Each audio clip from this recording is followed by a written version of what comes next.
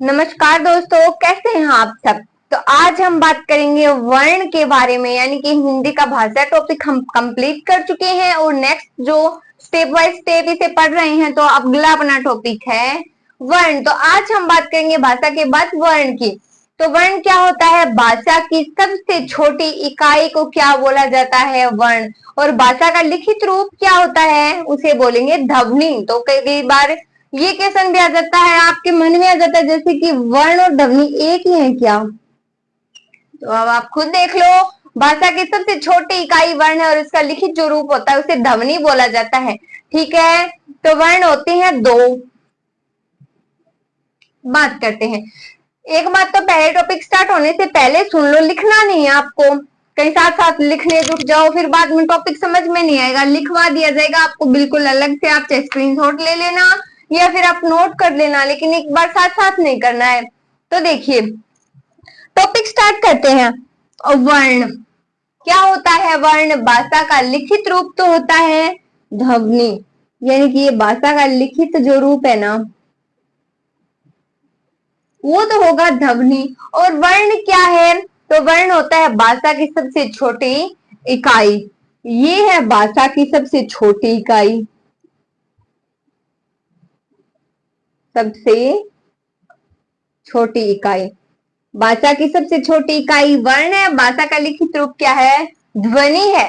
ठीक है, तो कितने होते हैं वर्ण? वर्ण होते हैं दो।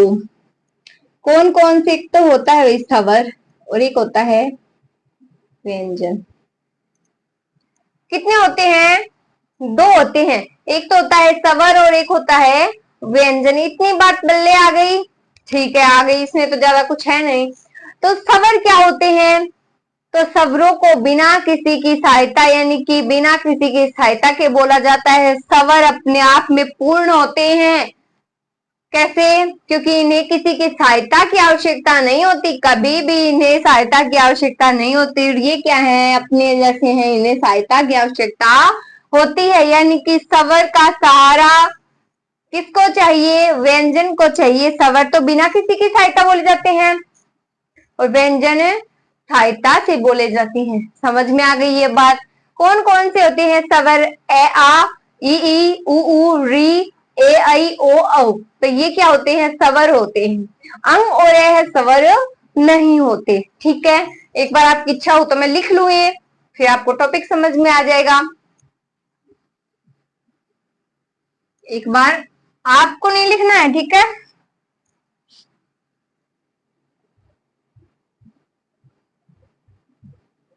ई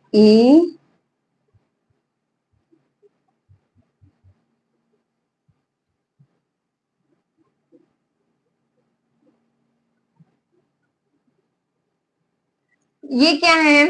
ये होते हैं स्वर। ए आ, ई उ ऊ, री, ए आई ओ औ। अंग और ए दो स्वर नहीं होते। ठीक है, अब इन्हें कैसे, इनकी सहायता से व्यंजन कैसे बोले जाएंगे ये भी हम अभी देख लेते हैं। जैसे कि कै बोलते हैं हम, कै बोल के देखिए साथ साथ, कोई शर्म की बात नहीं, बोल के देखिए कै। ए की आवश्यकता पड़ गई ना, बन गया कै। का आवश्यकता पड़ गई ना, की ई की आ गई ना, ये मात्रा। तो इसी प्रकार से व्यंजनों को आवश्यकता होती है। ये हम पहले की वीडियो में देख चुके हैं, जब मैंने भाषा के टॉपिक बताए थे कि हमें इतनी भाषा के टॉपिक पढ़ने, नहीं हिंदी के टॉपिक पढ़ने हैं, उसी में मैंने ये भी बता दिया था ये मात्राएं कौन कौन सी होती हैं। ठीक है, तो ये तो बात आपको वैसे भी मैंने दोबारा भी बता दी, समझ में आ गई होगी। जैसे कि कु, ऊ की मात्रा, ये छोटे ऊ और ये बड़ा, यानी कि ये बड़ी मात्रा। ठीक है, ये तो हमें पता ही होता है। अब बात सुनिए, मात्रा कितनी होंगी? 10 होंगी। ए की मात्रा नहीं होगी, क्योंकि देखिए कै बोलेंगे, ए में कै मिलाएंगे ना तो ये कै बनेगा। तो ये मात्रा कैसी हुई? इसमें तो जैसे का है, ये का बनेगा तो मात्रा क्या हो गई? ये हो गई मात्रा। ई की मात्रा क्या हो गई? इसे हम की बनाएंगे, छोटी की, ये छोटी ई है तो की बनाएंगे, तो इसकी मात्रा क्या हो गई? ये हो गई ना मात्रा। इसी प्रकार से ये मात्रा कितनी है? 10 है, लिख ही लो।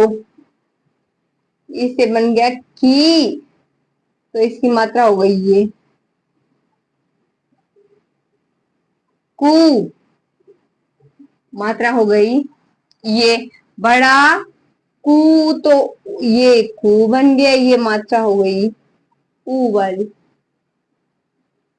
ये कृतव्य में आता है जैसे कि, तो मात्रा कौन सी हो गई, ये हो गई जैसे कि ये वाली, समझ गए। ए देखिए सबसे ज्यादा कंफ्यूज यही होता है, ये बिना मात्रा वाला है ना, इसको हम संधि में पढ़ेंगे, देखिए आगे आएगा, ये इसको मात्रा वाला पढ़ना है, जिस पर मात्रा नहीं है ना उसको एक मात्रा वाला पढ़ेंगे संधि विच्छेद में, और जिस पर एक मात्रा है उसको दो मात्रा वाला पढ़ेंगे। अभी आपको शायद ये बकवास लग रही होगी, समझ में नहीं आ रहा ना, एक बार फिर से देखिए, ये जो बिना मात्रा का है ना, इस पर एक मात्रा हमें मान लेनी है, और इस पर दो है, ये सबसे ज्यादा कंफ्यूज यही होगा, जैसे कि संधि में होगा ये ज्यादा, तो ठीक है। तो अब एक ही मात्रा, जैसे ये है तो मात्रा हो गई ना इसकी, ये आगे बात समझ में, इस पर कितनी, दो, तो ये मात्रा हो गई, ओ का यानी कि को की मात्रा हो गई ये वाली, और ओ की मात्रा हो गई, एक बार ध्यान दीजिए यहाँ पर, दो तीन चार पांच छह सात आठ नौ दस, ये तो कह का कह ही रह गया, मात्रा तो आई नहीं, तो ये मात्रा कितनी होंगी, 10 होंगी। अब सवर 11 मात्रा 10, ऐसा कैसे, तो कै वाली बता दी ना मैंने, इसकी क्या मात्रा लगाऊं मैं, कै आएगा तो सीधा ही कै बन गया, मात्रा थोड़ी ना, इन सभी में तो मात्राएं हैं, देख लो एक बार, है ना मात्राएं, तो 10 मात्रा हो गई। अब बात करेंगे इसके विभाजन के बारे में, तो मात्रा के आधार पर पहले वर्णों का विभाजन करेंगे, लिखेंगे ना, तब बिल्कुल क्लियर हो जाएंगी चीजें आपकी, अभी तो समझ रहे हैं सिर्फ, ठीक है। अब विभाजन के आधार पर अगर मैं बात करूं, तो विभाजन के आधार पर कितने प्रकार, दो प्रकार, कैसे, एक तो हश्व यानी कि हर्ष छोटी मात्रा या छोटा, जैसे ए ई उ री, और एक होते हैं दीर्घ, ये होते हैं 7, और दीर्घ होते हैं 4, 7 में 4 प्लस करो कितने हो गए, 11 हो गए ना, 10।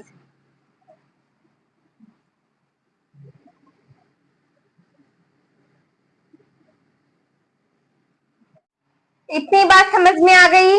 अब बिल्कुल आराम से आगे देखिए, घबराने की आवश्यकता नहीं है, जब लिखेंगे ना ये सारी बातें क्लियर हो जाएंगी। अब बात करें विभाजन की, मात्रा के आधार पर वर्णों का विभाजन, मात्रा के आधार पर,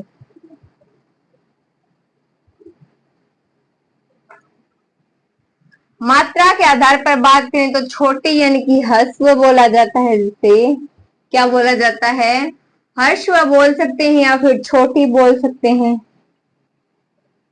और एक होता है दीर्घ यानी कि बड़ी, तो मात्रा के आधार पर छोटी और बड़ी। छोटी में कितनी मात्रा आएंगी, जैसे ए ई उ री, ये 4 है ना, कौन कौन से, ए ई उ री, ये छोटा है, ये छोटा है, ये और ये, तो ये तो हो गई छोटे, तो लिखो फिर ए ई और क्या, उ और री, तो लिखो क्या था, ए ई, बड़ी नहीं है, उ और री, जो बच गए वो 7 किस में आ जाएंगी, दीर्घ में आ जाएंगी। तो पूछ लिया जाए मात्रा के आधार पर छोटी वर्ण का जो छोटा प्रकार है, छोटे भेद पूछ लिए जाए तो कौन कौन से है, छोटी मात्रा ए ई उ री, बाकी दीर्घ में याद रखना है, 7 दीर्घ हैं और 4 क्या हैं, छोटे हैं, तो 7 और 4 कितने हो गए, 11 हो गए ना, 11 ही तो है सब, और उसके बाद हम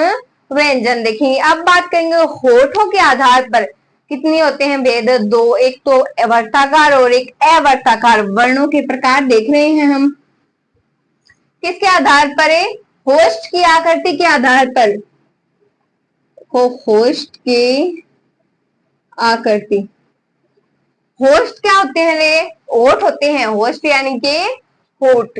अब होठ के आधार पर कैसे बोलेंगे? एक तो वर्ताकार, जैसे कि ऊ को ऐसे मुंह करके नहीं बोल सकते आप, वर्ताकार ही होगा इसमें। तो ऊ, ओ, री क्या है? नहीं है। ओ, ऊ, इनका अलग ही पता चल रहा है, यानी कि होठ क्या हो जाएंगे इसमें? गोल हो जाएंगे। पूछ लिया जाए होस्ट की आकृति के आधार पर वर्णों के प्रकार हैं, यानी कि ओ किस में आएगा? वर्ताकार में आएगा या अवर्ताकार में आएगा? तो हम फटाक से, अगर हमारा पढ़ा हुआ होगा तो हम जवाब दे देंगे, जैसे कि ऊ, छोटा ऊ और बड़ा ऊ, ओ और ऊ, ये क्या है? जो 4 स्वर है ना वो आएंगे वर्ताकार में, और बाकी 7 बच गए वो अवर्ताकार में। क्लियर है? देखिए ऊ आएगा क्या? गोल हो रहे हैं ना होठ, वर्ताकार। लिख लीजिए एक बार वर्ताकार में, एक बार आपको समझना है। वर्ताकार में जैसे ऊ, बड़ा ऊ, ओ, बड़ा ऊ, ये तो आएंगे वर्ताकार में। और जो 4 हो गई है, जो बच गए ना 7, वो होंगे अवर्ताकार। बच गए वो अवर्ताकार और 4 वर्ताकार। कोई लफड़ा नहीं है इससे ज्यादा। अब बात करें जीवा के आधार पर, यानी कि जीव के आधार पर। देखिए एक बार, जीव के आधार पर,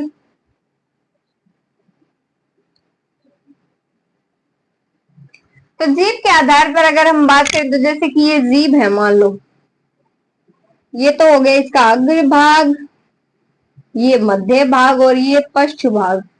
पश्च यानी कि पिछला। तो अग्र भाग से क्या बोले जाते हैं? जैसे कि ई, ए।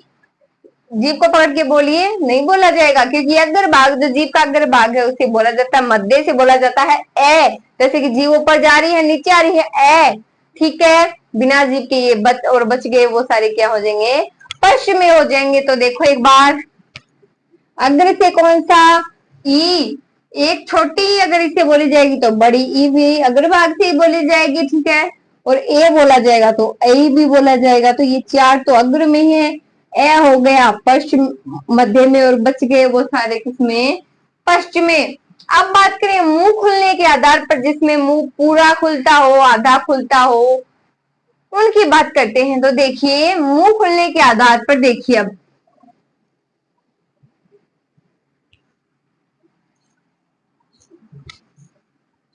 मुंह खुलने के आधार पर,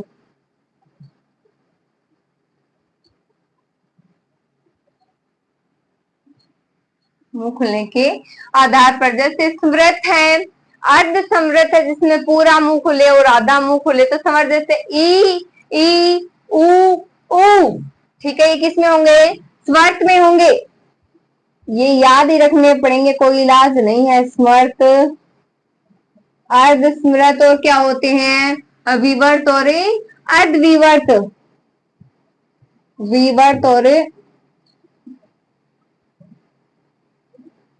इनको साफ साफ नोट करेंगे, फिर ये सारी चीजें समझ में आ जाएंगी। देखना आप। तो ई ऊ पूछ लिया जाए समृद्ध शब्द है तो ई ऊ स्मर्थ। ई ऊ क्या होंगे? स्मर्थ होंगे। और अर्ध समृद्ध है ए और ओ। विवर्त कौन से हैं? ए आ, यानी कि जिसमें पूरा मुंह खुलता हो, तो पूरा मुंह खुलेगा आ में। जैसे आ तो पूरा मुंह खुलता है ना, तो ये हो गया विवर्त। और बच गए वो सारे किसमें? अर्धविवर्त में। जैसे कि 4 ये आ गए, 2 ये और 1 ये, तो वो जो बचे हुए हैं वो अर्धविवर्त में आएंगे। बिना सोचे समझे कर देना चाहिए। अब बात करें नासिका के आधार पर।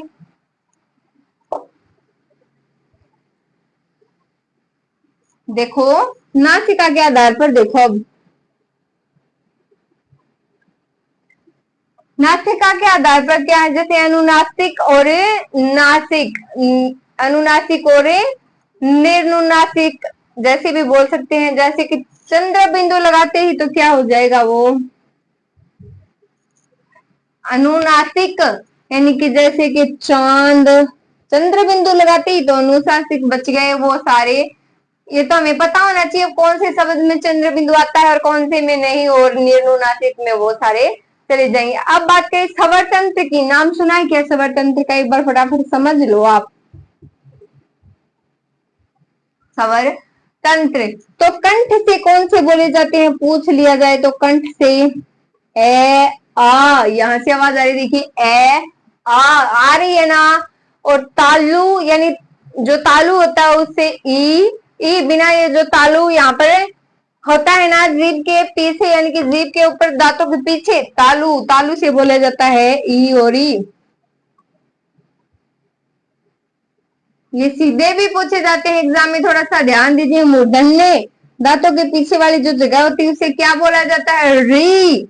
देखिए जीभ कहाँ जा रही है, री नहीं बोला जा रहा ना, री। तो ये क्यों है, मूर्धन्य दंत से कोई शब्द बोला नहीं जाता, और होठ से ऊ और ओ ये बात हम पहले कर चुके हैं। ठीक है, अब आगे देखो, तो पहले नोट कर लेते हैं, उसके बाद व्यंजन और देख लेते हैं। ठीक है, व्यंजन देख लेंगे इसके बाद। तो बात कर लेते हैं अभी वर्ण के कितने प्रकार बताए मैंने, दो, स्वर और व्यंजन। तो स्वर हमने बात कर ली है, इतना ही आएगा, स्वर से क्वेश्चन आएगा तो ये हमारी वर्ण कंप्लीट हो जाएंगे आज। इसके बाद व्यंजन पढ़ लेंगे, जो दूसरा प्रकार है वो है, पहले इतना नोट कर लीजिए, स्वर वर्ण के दो प्रकार, स्वर और व्यंजन। उसके बाद व्यंजन समझा दूंगी और वो नोट कर लेंगे, वरना ज्यादा मैटर हो जाएगा फिर लिखने वाला। लिखो, वर्ण भाषा की सबसे छोटी इकाई वर्ण कहलाती है। लिखो, भाषा की सबसे छोटी इकाई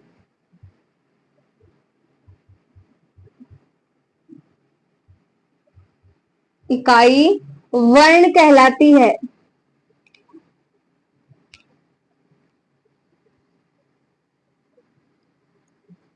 फिर ध्वनि क्या होगा, तो भाषा का लिखित रूप होता है ध्वनि। लिखो, भाषा का लिखित रूप,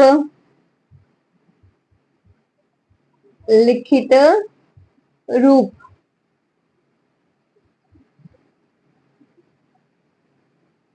तो भाषा का लिखित रूप क्या होगा, ध्वनि होगा।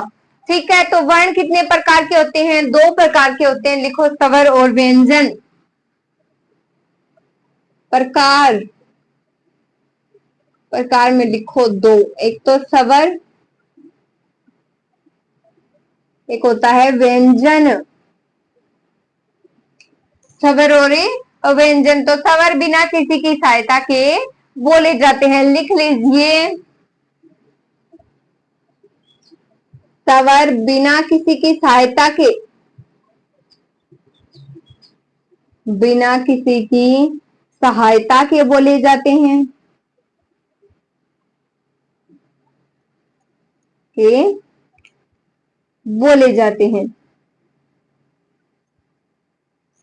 यानी कि इन्हें सहायता की आवश्यकता बिल्कुल भी नहीं होती। ठीक है, कितने होते हैं, 11 होते हैं। तो लिख लीजिए, स्वर 11 होते हैं।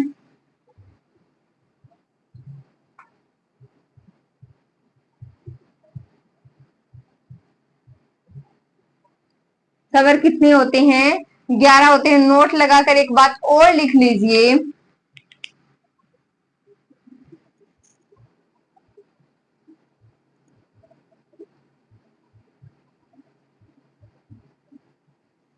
ये स्वर नहीं होते।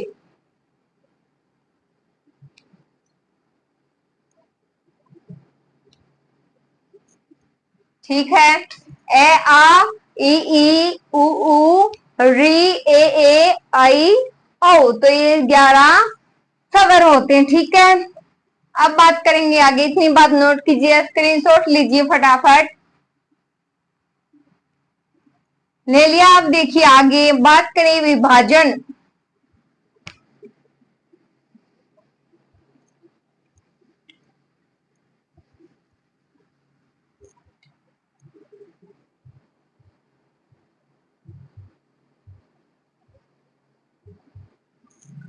बात करें विभाजन की, तो मात्रा के आधार पर देखिए दो प्रकार, मात्रा के आधार पर,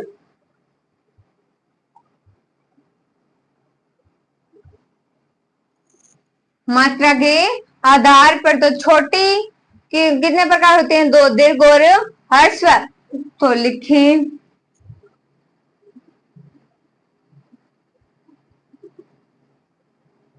हर्ष स्वर यानी कि छोटी होती है, छोटी बोल सकते हैं,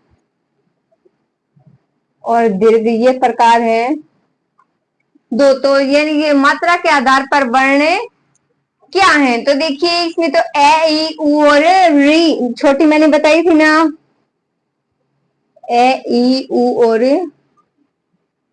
री, और बच गए वो सात, यानी कि 7 और 4 11 हो गए ना सब, और बच गए वो सात। लिख लो ये बात, वरना सात सोचोगे, बच गए वो, बच गए वो सारे क्या होंगे? दीर्घ में आएंगे। अब बात करें होस्ट की आकृति के आधार पर, स्क्रीनशॉट लो और आगे लिखो फटाफट। लिखो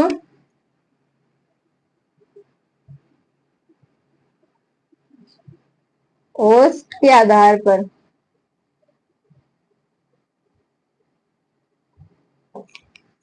होस्ट के आधार पर कितने प्रकार है? दो प्रकार, वर्ताकार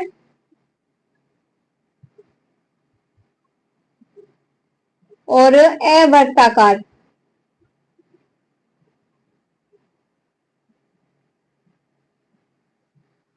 वर्ताकार कौन से होते हैं? आप खुद बोल के देखोगे तो आपको पता चल जाएगा। उ, ओ। तो ये चार तो हैं वर्ताकार, उ, ऊ, ओ, औ।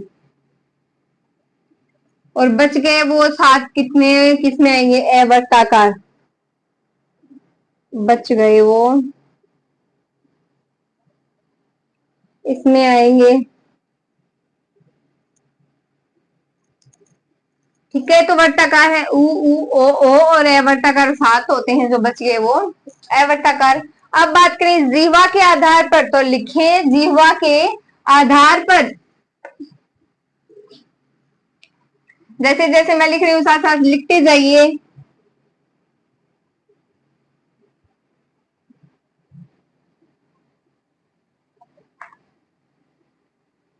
जीवा के आधार पर, तो जीवा बना के समझ लेते हैं इसको।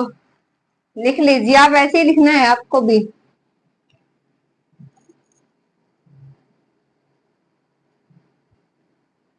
अग्र,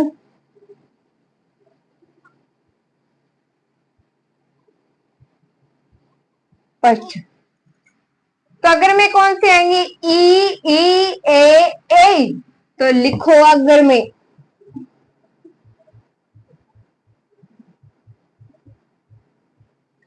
ये तो आएंगी। अगर मैं यानी कि इस पर मात्रा माननी है, इस पर दो है लेकिन ये बैठा दी गई हैं, या फिर आप ऐसे भी लिख सकते हैं, ऐसे भी सही है। ठीक है, ये अगर में और मध्य में ए, बच गए वो इसमें,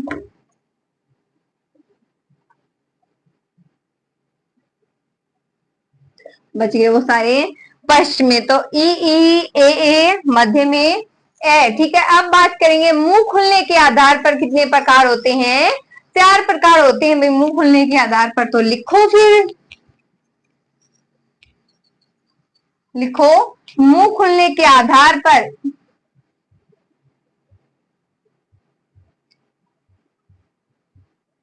खुलने के आधार पर चार प्रकार।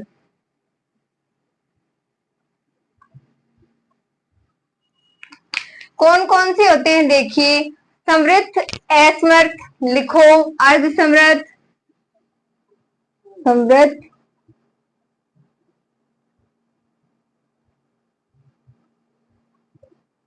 अर्ध समृद्ध।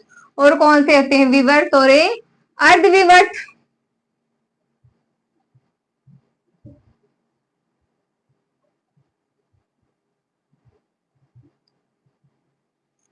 अर्ध विवर्त। तो स्मर्थ कौन से होते हैं? ई, उ। लिखो ई, उ। फिर अर्ध स्मर्थ कौन से होंगे? ए और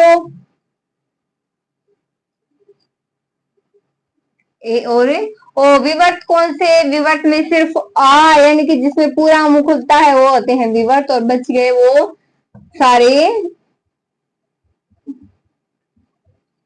इसमें आप लिख लेना, अब आपको ये जरूरी नहीं है आप यही लिखोगे बच गए वो सारे, आप इसमें छांट कर जो बच गए वो लिख भी सकते हैं।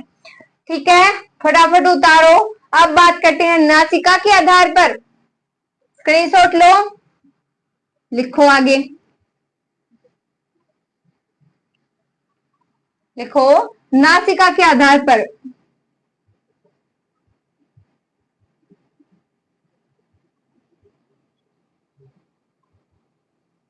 कितने प्रकार हैं? 2। जो नाक की सहायता से बोले जाते हैं, जैसे कि चांद, इसमें नाक बंद होगी तो चांद, सुनने में भी अच्छा नहीं लगेगा और चांद शब्द भी सही से निकल कर नहीं आएगा, तो लिखे अनुनासिक।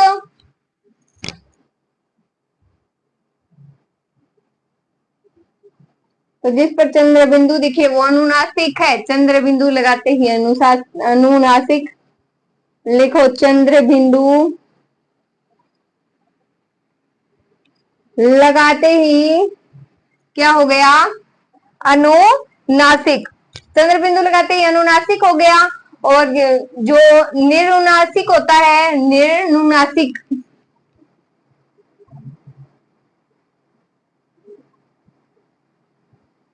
इसमें चंद्र बिंदु नहीं होगा। ठीक है, अब बात करें स्वरतंत्र की।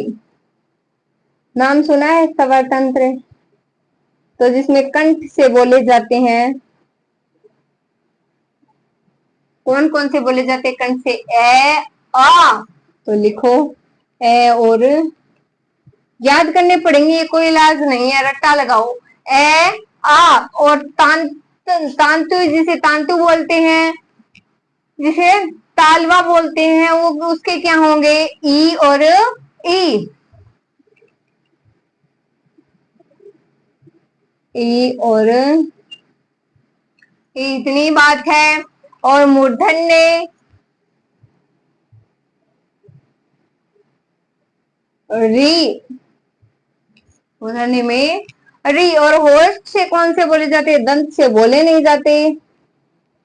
होस्ट से आप खुद बताओ, तीसरी बार लिखवा रही हूँ ये बात। ऊ ऊ, ओ ओ। अब बात करेंगे वर्णों में व्यंजन के बारे में, फटाफट नोट कीजिए या स्क्रीनशॉट लीजिए। अब देखिए नेक्स्ट व्यंजन, करें स्टार्ट व्यंजन।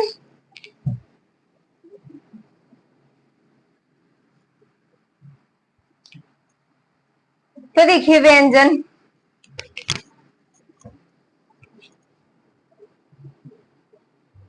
वैसे टोटल वर्ण कितने होते हैं?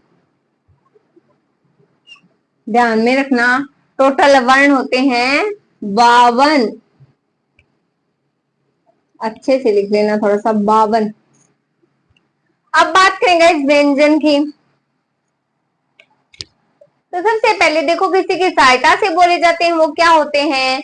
व्यंजन होते हैं, जो किसी की सहायता से बोले जाते हैं। तो लिखो व्यंजन, लिख लेते हैं एक बार, साथ साथ लिख लेंगे, साथ साथ इसको समझ लेंगे।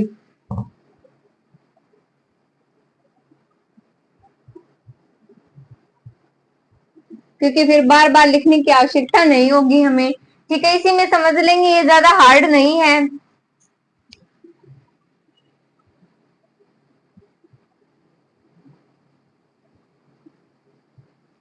चे, छे, जे, झे, ये।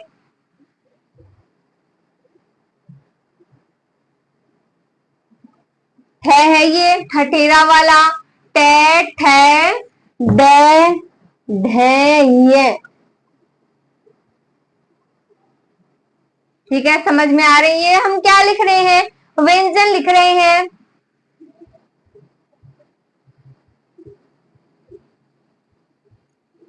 ते, थे, दे, धे, ने, क्या है? ते, थे, दे, धे, ने। उसके बाद पे, फे, बे, भे, में। तो लिखो फिर पे, फे,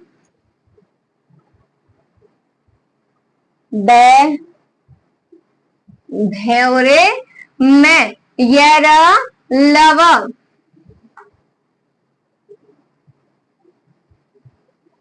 य, र, ल, व। समझ में आ रहा है? य, र, लव, श और है।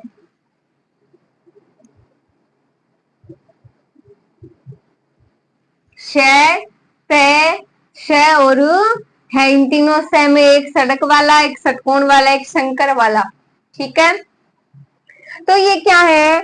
व्यंजन है, ये ऊष्म व्यंजन है। ठीक है, इसके बारे में हम बात करेंगे। तो टोटल कितने हो गए? देखिए 5, 10, 15, 20, 25, 26, 27, 28, 29, 30, 31, 32 और 33। तो ये 33 क्या हो गए? व्यंजन है। ये समझना एक बार बात को। ये 33 क्या है? व्यंजन। और वर्ण और जो स्वर मिल जाते हैं, यानी कि 33 और 11 44। ये क्या है? 44 ये वर्ण है, व्यंजन नहीं, ये वर्ण है। ठीक है, तो संयुक्त अगर पूछ लिया जाए आपसे कि संयुक्त व्यंजनों को जोड़ने पर व्यंजन कितने बनते हैं, यानी कि संयुक्त व्यंजन कौन से होते हैं, ये अभी तक हमें नहीं पता है ना। तो जो अग्र क्षत्रिय त्रेतर शूलज्ञ ज्ञानी ये जो होते हैं ना, इन्हें बोला जाता है संयुक्त स्वर। क्या बोला जाता है? संयुक्त स्वर। तो लिखेंगे हम इनको, अब अलग से लिखेंगे। ये तो हो गई 33। अब देखिए, इतनी बात नोट कर ली? जिसने नहीं किया फटाफट कीजिए।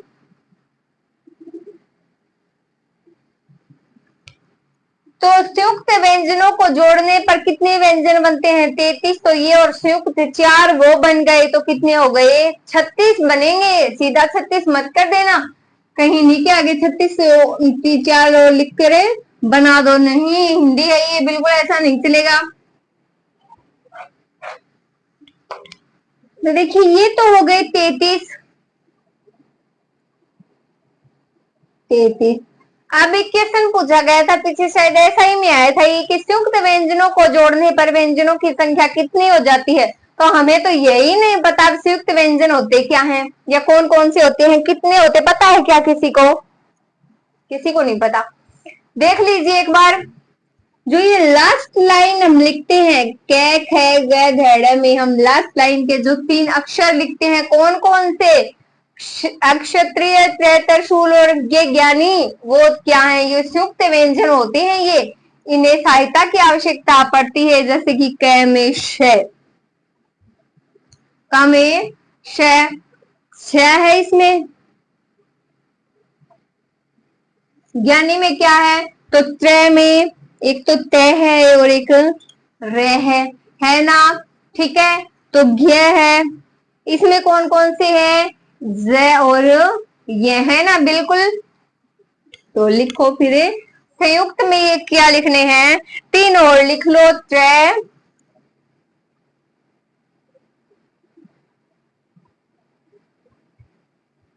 ये है संयुक्त व्यंजन। कौन से व्यंजन है? ये संयुक्त व्यंजन है। ठीक है, तो लिखो एक बार, नोट करो। तो 3 ये मिला दिए, 33 प्लस 3 36 हो गए ना। 36 ऐसे बनते हैं ये 36। ठीक है, और 33 में 11 अगर वो वर्ण और मिला दे हम, 33 में 11 तो कितने हो जाएंगे? 44। ठीक है, एक बार आपको इतना नहीं देखना है, इतना ही देख लीजिए आप। समझ में आ गई होगी ना ये बात? दोबारा से नोट नहीं करेंगे, साथ साथ ही नोट करते चलो। अब बात करें अयोगवाह की। किसकी? अयोगवाह की। अयोगवाह कौन सी होती है? अंग हो रहे हैं, अयोगवाह होते हैं। ठीक है, तो अब लिख लीजिए फटाफट। अब लिखते हैं, ये नोट कर ली हमने।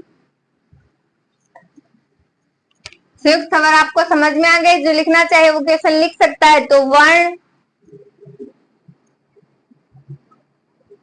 33 प्लस 11 व्यंजन हो गए ना, तो ये कितने हो गए? 44 हो गए। ठीक है, यहाँ तक तो संयुक्त व्यंजनों को जोड़ने पर व्यंजन कितने बनते हैं? तो 33 प्लस 3 कितने? 36। बाद में भूल जाओगे, ये बात नोट कर लो कि संयुक्त व्यंजनों को जोड़ने पर व्यंजन कितने बनते हैं। संयुक्त व्यंजनों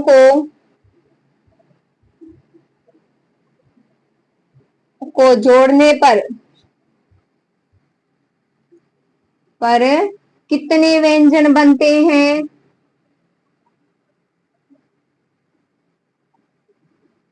बनते हैं। तो 33 प्लस 3 कितने हो गए? 36 हो गए। 33 प्लस 3 कितने? 36। तो आज क्षत्रिय, त्रैदर, शूर और ज्ञानी, फिर से लिख लो एक बार इनको। और एक आश्रय वाला श्रेय है, आश्रय वाला श्रेय। तो इस श्रेय में क्या है? श, क और श है, इसमें त्रय है, इसमें साफ ही दिख रहा है तय और र है। ज्ञानी में क्या है? ज और ये। और श्रेय में क्या है? तो इसमें स छुपा बैठा है। क्या छुपा बैठा है? स। तो 44 प्लस 4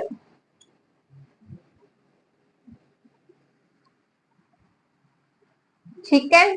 44 और 4 कितने हो गए? 48 हो गए। अब अयोगवा होते हैं दो, एक उक्षिप्त होते हैं। देख लीजिए, अब मैं आपको ये बता रही हूँ 52 वर्ण बनते कैसे हैं। तो अंग जो होते हैं ये अयोगवाह होते हैं। और एक ड और ढ है ढक्कन वाला, तो हो गए ना 52। दो ये और दो ये, 48 और 4 52। तो ये 52 वर्ण ऐसे बनते हैं। ठीक है, तो 52 वर्ण बन गए। तो श, स, श और है ये ऊष्म व्यंजन होते हैं, क्योंकि ये इनमें बोलने में ऊर्जा का प्रयोग होता है, या फिर जो जोर से बोले जाते हैं थोड़ा सा दमातन, जैसे कि श, श, स और है, तो ये ऊष्म की श्रेणी में आएंगे। अब बात करेंगे अघोष और घोष की, यानी कि जो वर्णों में अलग प्रकार है, घोष और घोष शब्द पूछ लिए जाते हैं सीधे एग्जाम में कि बताइए घोष शब्द कौन से हैं या घोष शब्द कौन से होते हैं, सघोष शब्द क्या होते हैं। तो हम कैसे इनकी पहचान करेंगे? ये सघोष है और ये अघोष है। इतनी बात नोट कर ली। अब आगे लिखो, लिखो। एक तो लिख लो अघोष और एक लिख लो सघोष। अघोष, सघोष। पहले अघोष लिख लो। तो प्रत्येक वर्ग का कौन सा पहला और दूसरा अक्षर होता है? अघोष। प्रत्येक वर्ग का पहला और दूसरा अक्षर अघोष। लिखो प्रत्येक वर्ग का, प्रत्येक वर्ग का पहला एवं दूसरा अक्षर कौन सा? दूसरा शब्द होता है वो किस में आएगा? अघोष में। जैसे क, च, ट, त, प।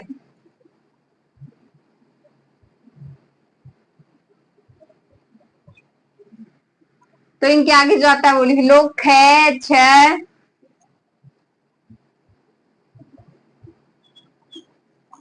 ठ, त, थ, या फिर इसके आगे तो भ आएगा, और त, थ, द, धन।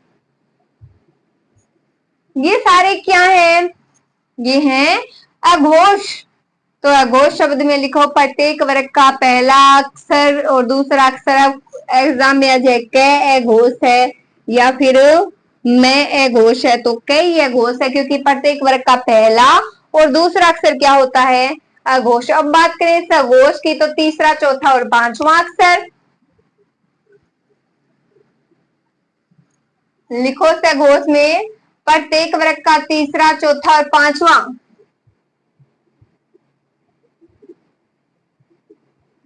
लिखो प्रत्येक शब्द का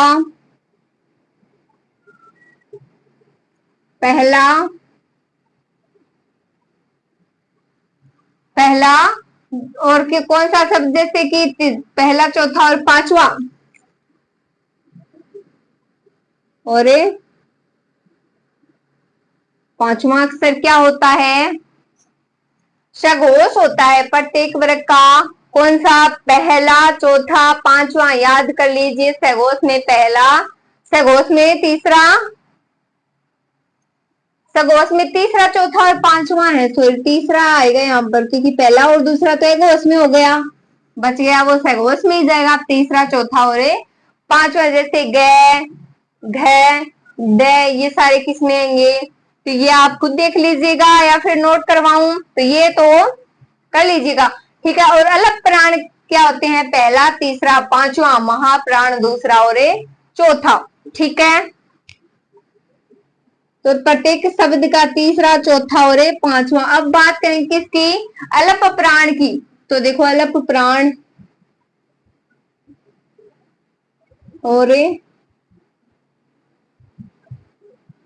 महाप्राण। अलप प्राण और महाप्राण, तो अलप प्राण में कौन से आएंगे? पहला, तीसरा, पांचवा। और महाप्राण कौन से? दूसरा और चौथा अक्षर आ जाएगा। तो ये हमारे वर्ण कंप्लीट हुए।